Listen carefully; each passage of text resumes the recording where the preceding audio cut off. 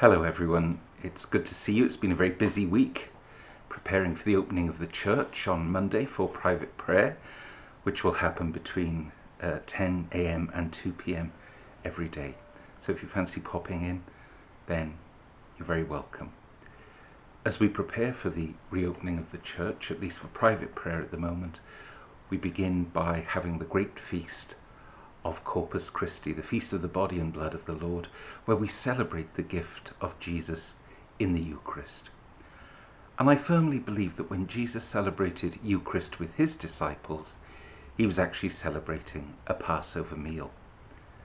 The Passover meal is very special. I don't know whether any of you have ever been to one, but normally it concerns the telling of the story of how the people of Israel were freed from slavery in Egypt.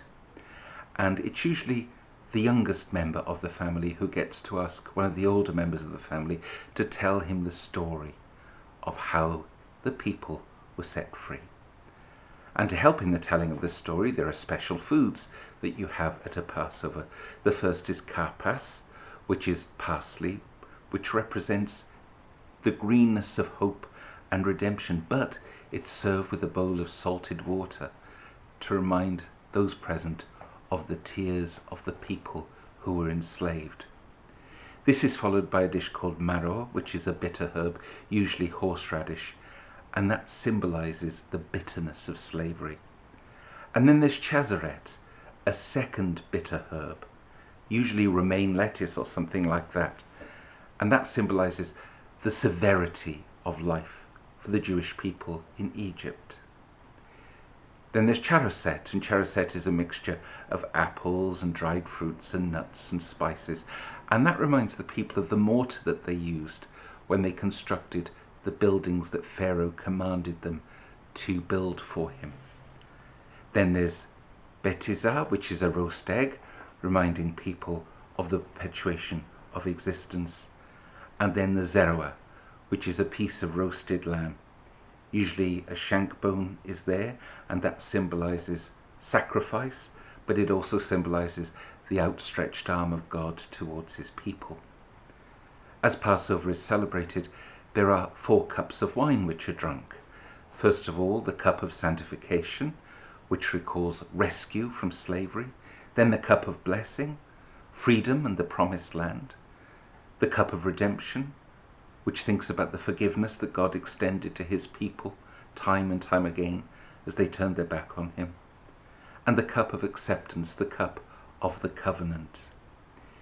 When we think about what Jesus did during that Passover meal of his, we remember that he takes bread and he takes wine, he blesses it, he breaks it, he shares it.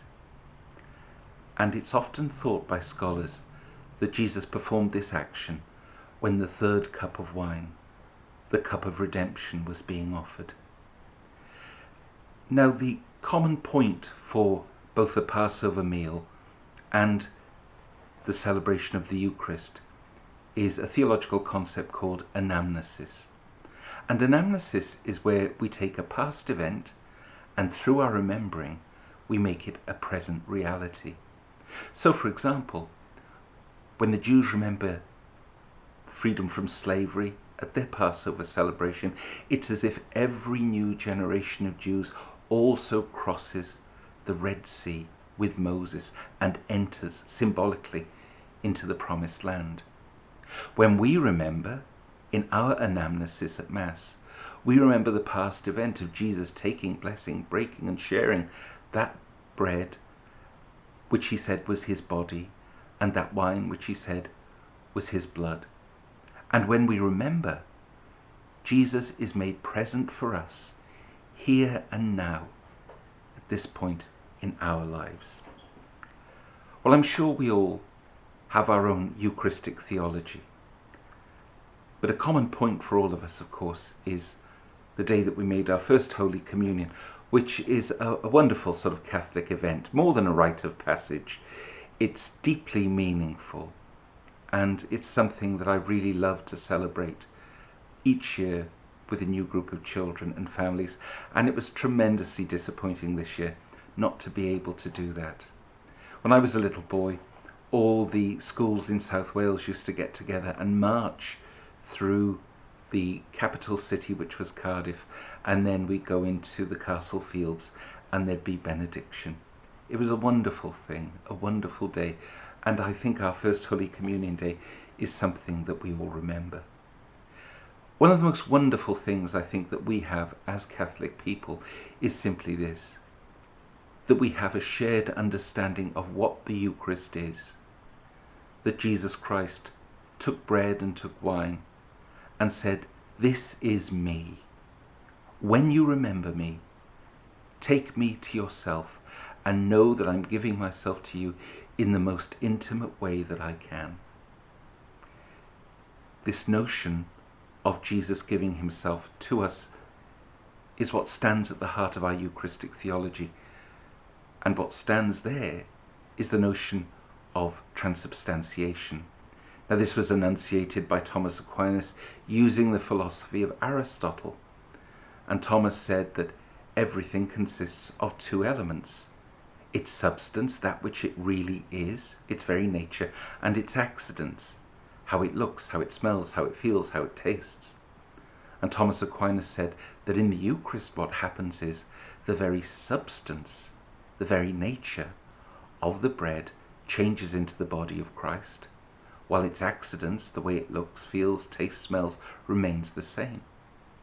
Now, there are all sorts of ways that we can describe Eucharist, but our fundamental belief that Jesus is made present, body, blood, soul, and divinity in the Eucharist has never changed.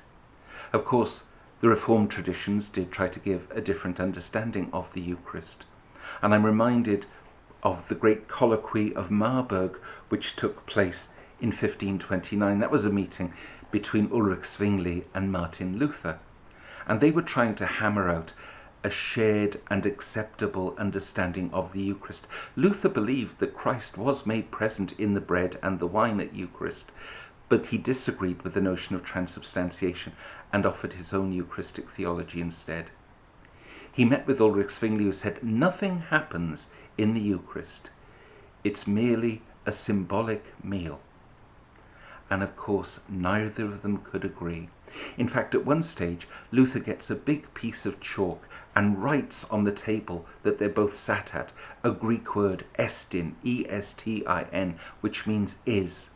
And Luther underlines that word and says, "Well, tell me, when Jesus says, 'This is my body,' when he holds that bread, and says, 'This is my blood,' as he offers the wine, what is it that he's saying? It surely has to be more than a memorial." But Zwingli and Luther couldn't agree, and that's why there are many, many different Eucharistic theologies in the Reformed tradition. But in our Catholic understanding of the Eucharist, there is only one, and I think that binds us together in the most wonderful way. There's a saying, of course, that the Eucharist makes the Church. The Second Vatican Council said that the Eucharist was the source and the summit of our lives. And when I was studying theology, I remember the professor who taught Eucharist had his own particular theology of the Eucharist, which he called transsocialization. And here he concentrated on the generosity of Christ, who gives the bread, gives his body to his disciples. And my teacher said that what Jesus does at that moment is to offer the people to transform themselves and to transform society by imitating that wonderful act of generosity performed by the Messiah, by Jesus, who does not spare himself at all. No matter what your theology of the Eucharist is, I think the thing that we all hang on to is the tremendous gift that Jesus gives of himself to us. And the Eucharist empowers us and helps us to grow closer to God and to one another, so that our world might be transformed. I look forward to welcoming you all back to St. Mary's. Though there are no public liturgies yet, at least now we will be able to open our doors. And from 10 a.m. to 2 p.m. all week, the church will be open. But if you do come in, please respect the protocols that are in place and help us to keep everybody safe. I'm delighted that you will have the chance to come and to sit before the Blessed Sacrament, especially as we prepare this weekend to celebrate the feast of the body and blood of the Lord, Corpus Christi. God bless you all.